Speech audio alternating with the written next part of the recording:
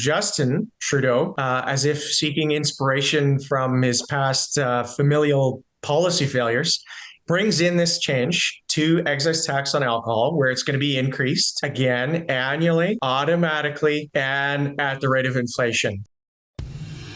Hey everyone, I'm Franco Terrazzano, Federal Director of the Canadian Taxpayers Federation, here with my friend and colleague, Mr. Robin Spear, holding down the fort in the frigid prairies. Now, Robin, it's Christmas time right around the corners. New Year's Eve is right around the corner, and I've been stocking up on some holiday cheer, if you know what I mean. Some beer, a little bit of wine, maybe even some rum for my Coke. But hey, what you're saying is that maybe I should be stocking up even more because there's some big tax hikes coming right around the corner.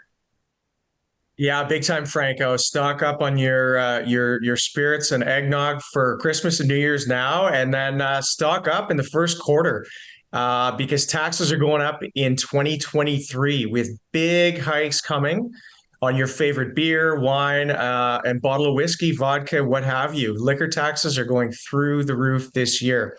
And what's happening is the federal government is increasing their federal excise tax on liquor. And they've done it in a way that they're going to rig it to increase every year on April 1st. No joke. They're going to do it without a vote in Parliament. So it's an undemocratic way to raise taxes. And it's just going to keep going up every year thereafter at the rate of inflation, which, of course, we know today is still floating around those 40-year highs. So indeed, yeah, you want to stock up today for the holidays and before that April Fool's Day joke of a tax hike coming to liquor store shelves across the country. Oh, this makes me more sick than Fireball. And that's saying a lot. But Robin, man, in all seriousness, break it down what it actually means, though, for us taxpayers as consumers, right? So how much is this actually going to increase the cost of my favorite case of Keith's? For sure, yeah. So this sneaky tax hike, it's not really a simple calculation to determine the tax increase, Franco. But basically, what the feds are doing is they're looking at an average rate of inflation over the previous 12 months. So we're just heading into 2023. It sounds like the 2023 increase kicking in April 1st is now locked in at this point. And whatever that formula is, it shows it's going to be an increase of about 6.3% to the excise tax on liquor in Canada. So if you just dive in a little bit further on the math, again, a little bit complex, but the current excise tax on beer, for example, which was set a year ago, April 1st, 22, it's $34.82 per hectoliter. I had to look up what a hectoliter is, and it's a unit of measurement or volume used in beer tax officialdom, but it's 100 liters of beer or about 200 pints. So, at 6.3% average calculation, the tax is going to go up to over $37 per hectoliter, or a jump of about $2.19. So, if you break the unit down further into a pint or can of beer, it might not seem like a huge deal. But when you think about how breweries in Canada are making about 21 million hectoliters per year, it's an immediate extra tax hike of over $45 million next year to our breweries in Canada. And of course, these tax hikes do ultimately hit consumers. So it's disappointing that while Canadian brewers are facing these wild tax increases, their counterparts in the U.S. are actually enjoying tax cuts. So much so that from 2017 to 19, the federal beer taxes in Canada have already went up $34 million. While at the same time, they've gone down $31 million south of the border. It's also true in Europe, where taxes are much lower, especially in those big brewing countries like Germany, for example, where it's a $13 hectoliter tax there, not 37 like here. So the tax hikes they hit consumers in Canada, but they make the brewing sector less competitive as well. Okay, let me just jump in real quick. Wait, 6.3% tax increase? Am I hearing that right for beer? 6.3% tax increase on all liquor. Yeah, right across Canada. So on your beer. So for wine and whiskey as well, it's going to be 6.3% tax increase.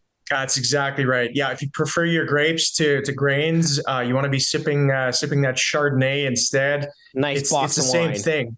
Yeah, absolutely. A glass of wine. So that tax hike is added onto the already about 65% tax on a bottle of wine in Canada. The price that you pay at the retail store is about 65% tax.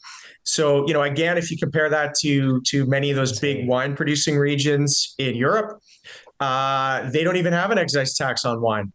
If you look at whiskey or vodka, it's almost an $80 tax hit per bottle on your favorite bottle at the liquor store. So consumers are getting hit with this huge tax bill, and the distilling industry becomes even less competitive as well.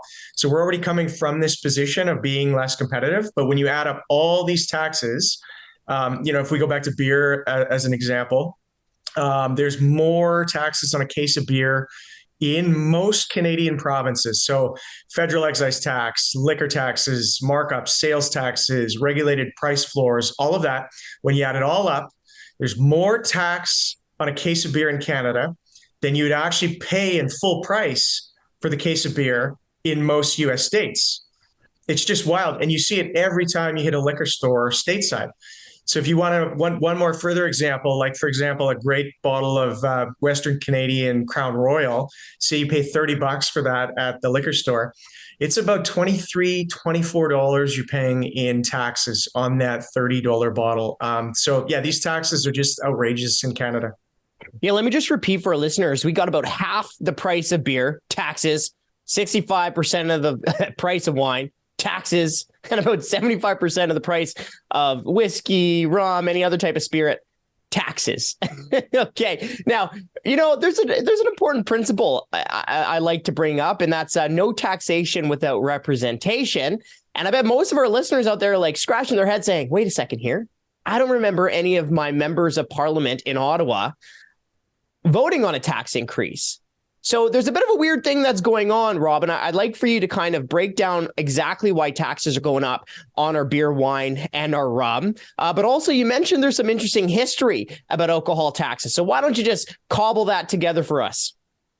Yeah, certainly. So that's right. Taxes are already egregiously high as they are, and now they're going up big time with this escalator tax on the excise taxes tied to the rate of inflation. So there is no vote on it. It's just happening April 1st. But the genesis of this was Prime Minister Trudeau brought this in his 2017 budget. And what he's done is he's actually used a tired old tax hike playbook from another similar time of wild spending and massive deficits in Canada, the 1980s.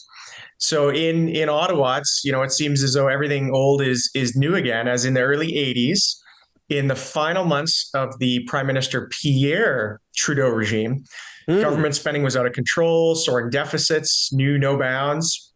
The feds brought in a tax change to the excise tax on liquor, where it was going to be increased annually, automatically, and at the rate of inflation. So they did that. They did this before 40 years ago. But soon after Mulroney government was elected in 84, the escalator tax tied to inflation, they rescinded it. And any future tax increases would have to be voted on in Parliament, like you'd expect, just like any other taxation bill. So, unfortunately, the short-lived tax hike back then, it was devastating enough to really hurt industry to the point where several Canadian distilleries were shuttered over those tax hikes. So, yeah, today, fast forward to 2017, where Justin Trudeau, as if seeking inspiration from his past familial policy failures, brings in this change to excise tax on alcohol, where it's going to be increased again annually, automatically, and at the rate of inflation. So it's exactly as Yogi Berra said, it's like deja vu all over again.